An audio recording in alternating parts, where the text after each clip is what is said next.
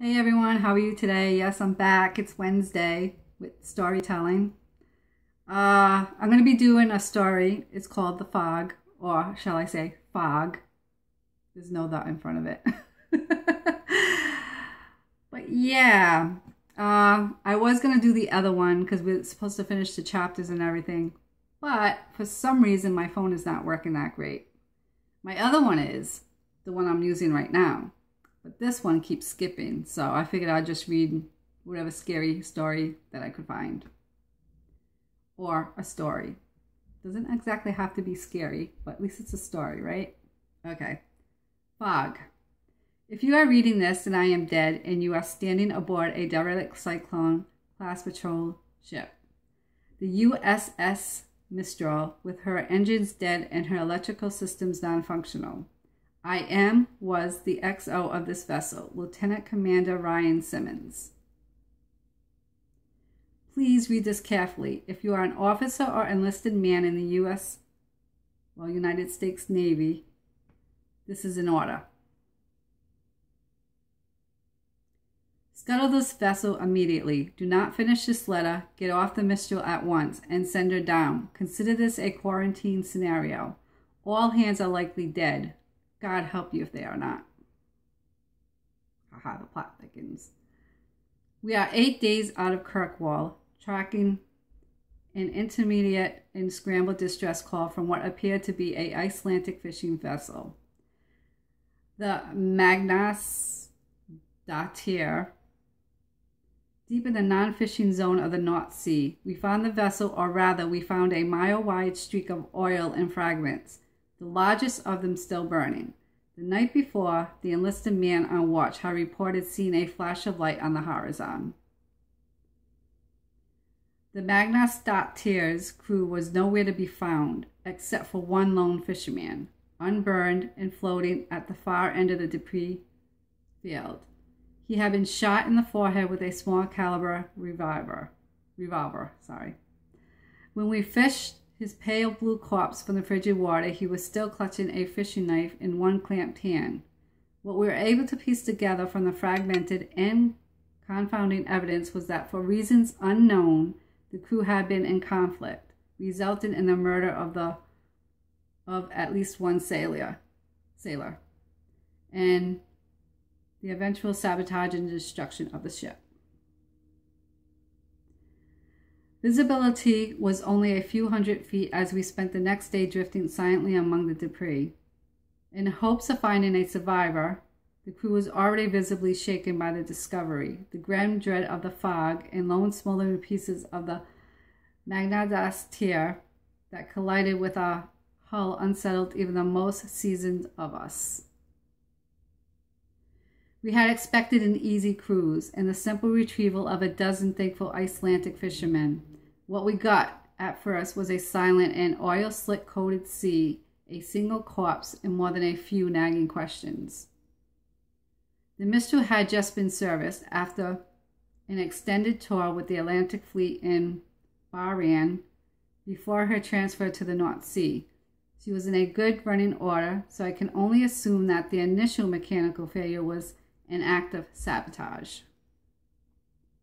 or of some external force. It happened the first night when our final sweep had been completed and we returned to the site of the Magnus Datir's. I'm laughing because I can't really say it that good. First transmission. It's just cracking me up.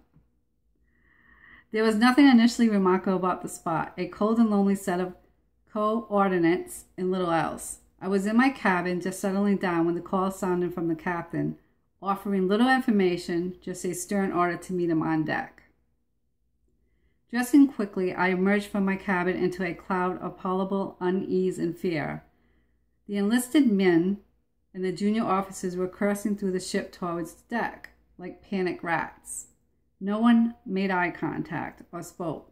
There was none of the usual gallows humor or camaraderie that bubbles up in situations of limited information, just a grim inertia that pulled us out into the Arctic night.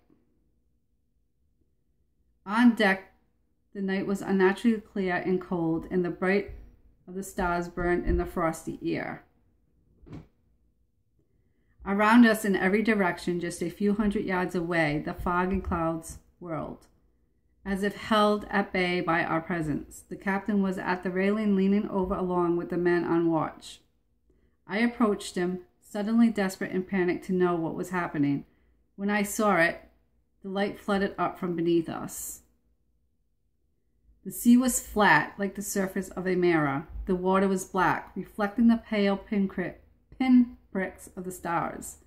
But beneath the surface, something glowed with a cold light. Pulsating shapes of violet, green, and deep cobalt blue shone from beneath.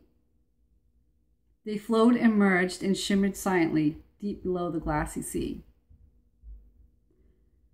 We stared, 24 men and women, struck dumb and horrified by the sight. There was a sense of scale that emerged from the fluid movement of the lights.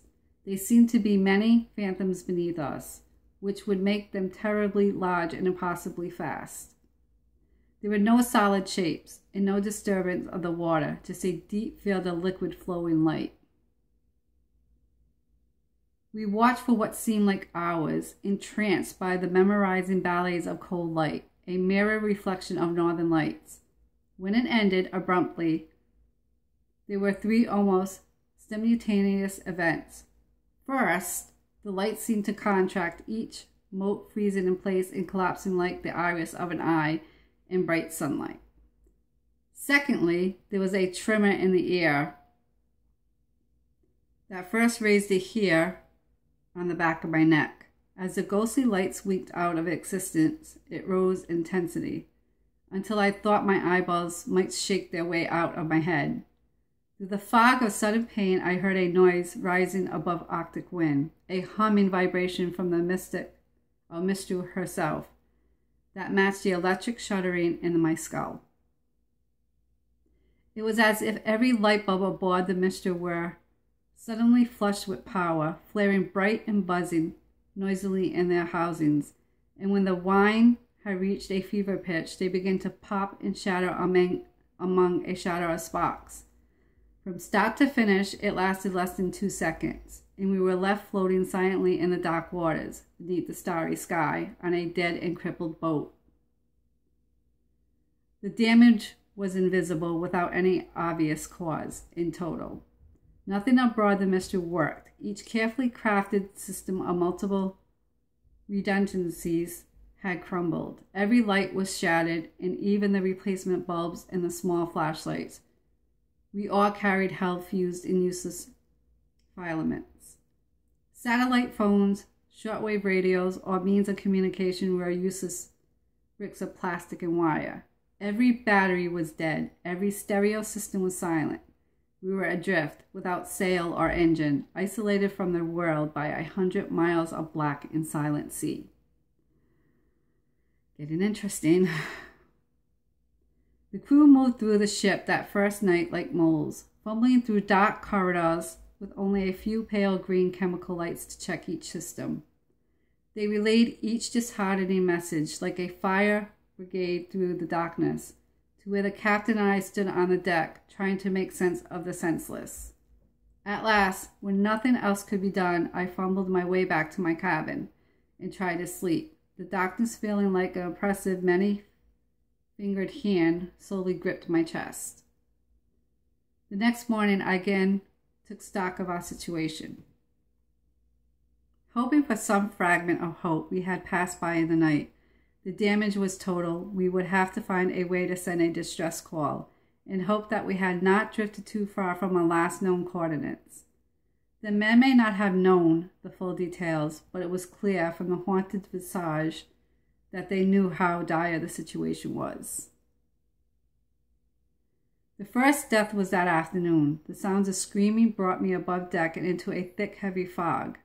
High in the gloom, I could see bright, burning specks of light, descending slowly. My stomach turned. It was 2 signal flares drifting uselessly through the haze. Some damn fool had fired the signal flares. I burned with an unfamiliar and foreign rage, and rushed through the fog to the foredeck with hatred in my blood and my fist clamped tight.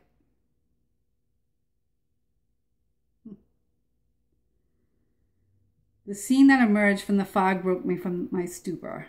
The enlisted man, a flare gun still in his hand, lay broken in a pool of blood. The captain stood over him, clutching the railing, driving the heel of his boot repeatedly into the broken mass of the boy's skull. I realized then that the screaming I heard, the high kneeling wail, was coming from the captain, his face in a rictus of animal rage. Around them was a small crowd, standing motionless and silent, watching like sentinels. The captain turned to see me and dropped into a crouch, his fingers wrapping around the flare gun, and he raised it level with my eyes. We stared for a long moment at each other, our eyes locked as he panted heavily, his face slightly spattered with blood. The only sound was the wet, gurgling exhale of the enlisted man's death rattle, a bubble of blood forming on his ruined face. I served with this man for nearly a decade. This was not the man I knew. This was a hollow simulacrum filled with violence and terror. I spoke to him then. In a soothing voice, I asked to hand me the flare gun. He said nothing at first and then spoke, his voice a tiny trembling sound that was swallowed up by the thick gloom around us. He's murdered us, Ryan. The fog, the flares will never. He shook his head and clenched his eyes tight, as if he were trying to shake himself from a dream. Then he shuddered once, violently, his back arching like a seizure. This little fuck has killed us, he choked out. The flare gun wavered in the air, and I took a step closer, reaching out for him. He opened his eyes, and I froze again, as we stared silently at one another. You're going to die here, he giggled quietly. I always wanted to watch you die, you fucking coward. He tilted his head back and laughed, one hyena-like bark to the gray sky, and then put the flare gun in his mouth and fired. The last flare lighting and temporarily bathing his head in a hollow of magnesium orange and smoke. He tumbled back over the railing. If there was a splash when he hit the water, it was swallowed by a fog. I stood for what seemed like a very long time. It slowly dawned on me that I was alone. The silent audience having melted away below decks, no doubt taking the grim tale with them. I feared for morale, taking the grim tale with him. I feared for morale and observed concern. I realized now, but could not move from the spot, as if a sheer force of will would cause the sea to regurgitate this man, my friend. The first gunshot broke me from my reverie. In the emergency lockers, I found that a handful of flare guns remained, and I stuffed one into each pocket and entered the dim passageway to below deck. If I can spit that out, that would be great. When you keep reading, you get tongue-tied after a while, so excuse me. Over the hollow retort of gunshots, over muffled sounds began to emerge, the choking sobs, the screams of pain and anger, or bringing the faint impression of the copper smell of blood. The dark was oppressive and thick as my heart rose in my chest. The pale, fading light of the chemical glowing sticks that hung at regular intervals illuminated the bare corridor, and I moved slowly toward my cabin. It had been sacked, and my service pistol was missing. The next two cabins held the corpses of the junior officers, their broken forms still in their bunks, skulls open like blossoming flowers under the point-blank shots. I felt the distinct and irrational desire to run on deck and leap overboard, to swim away from the boat into the unknown sea. I gripped a flare gun and held it out ahead of me, less like a weapon and more like a talisman, and began to pace slowly down the corridor to the enlisted bunks. The door was wide open, and the smell of blood and fear and shit was nauseating. As my eyes slowly adjusted to the dim, I saw a field of bodies, torn, shredded, and shattered by bullets and makeshift clubs. A few of the men still moved, twitching silently. I watched in frozen terror as one man, his face a mask of blood and rage, turned up his head to regard me, and with a weak cry of rage began to drag himself with his arms, trailing a broken and shattered leg towards me. From the shadows, another form pounced on him, a boot digging into the wounded man's back with a wet, crackling sound.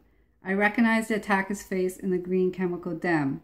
A quiet and bookish young man. Like the captain, this was not the man I knew.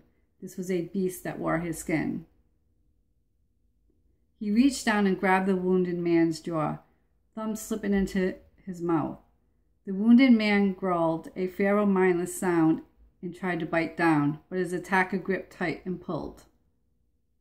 The jaw came off with the sound of tearing tendons and a ululating shriek that vanished into the air. I was no longer breathing, holding silently at the entrance, but the attacker snapped his head up to see me, nostrils flaring. The jawbone hit the floor with a meaty sound, and he lunged toward me with a silent animal grace. Wow. Hey, hold on. My leg is falling asleep. I fired the flare gun and hit him square in the chest. His shirt caught fire and all air escaped his lungs with a sudden forceful exhale, but impossibly he continued on towards me. As I passed through the portal and slammed the door, the fire had climbed into his hair and he was squealing now, his claw hand still outstretched towards me. I felt him impact against the door and saw that nightmare visage wreathed in fire through the small porthole. Lips already burnt away to reveal 2 rows of perfect teeth.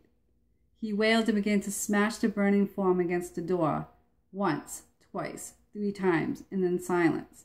I raised my eyes to the porthole and saw only the faint image of the burning shape as it disappeared into the darkness. All conscious thought evaporated and I fled from the charnel house. I have barricaded all entrances to below deck now and have doomed myself to slow death at the hands of the evaporating cold. I can still hear the living ones down there screaming and banging on the doors. They are not the men that I knew. I console myself with this thought as I leave them in the dark to starve or murder each other. If you have read this far and have not fled these waters, or God forbid, are still aboard the Mistral, then I beg you again, leave now while you can. Do not look below deck. There are none of us left to save, and certainly none worth saving.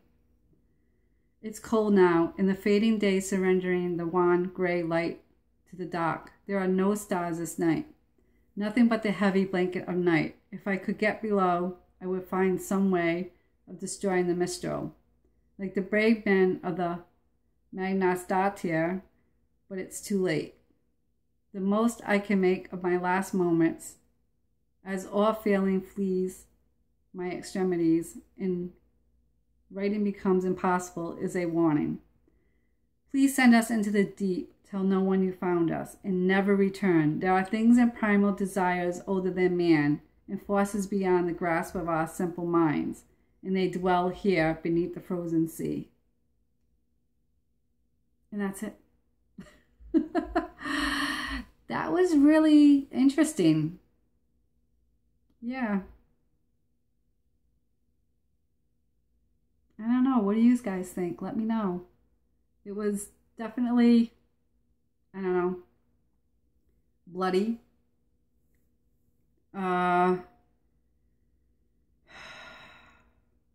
don't know what I can say. It's just totally weird, I guess. I don't know. What do you guys think of it? I mean, you know, with all the things that going on and, you know, the fog, how they ended up, you know, being fine at one point in the story and then totally like being another person in another one. So yeah, let me know. All right, guys, I'll talk to you probably, let's see, Sunday. Or who knows, maybe earlier, because I'm thinking of doing a tag. I don't know which one I want to do, but I've been seeing a lot of good ones out there, and I'm thinking of doing one. So, if so, you think I should, let me know. And I'll talk to you guys Sunday. Bye, guys. Stay safe, have fun, and if you like this video, give it a thumbs up, share, subscribe, and don't forget to hit the notification button, and I'll talk to you guys Sunday. Bye. See you later.